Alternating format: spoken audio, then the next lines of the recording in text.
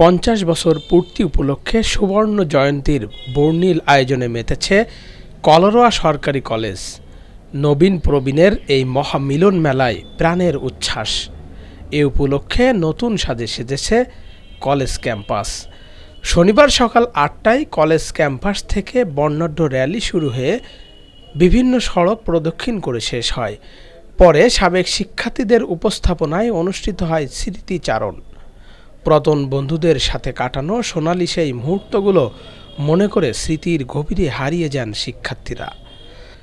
কলারোয়া সরকারি কলেজের অধ্যক্ষ এস.এম. আনোয়ারুজ্জামানের সভাপতিত্বে স্মৃতিচারণ অনুষ্ঠানে প্রধান অতিথি ছিলেন কলারোয়া সরকারি কলেজের সাবেক শিক্ষার্থী সাতক্ষীরা 1 আসনের সাংসদ ফিরোজ আহমেদ স্বপন।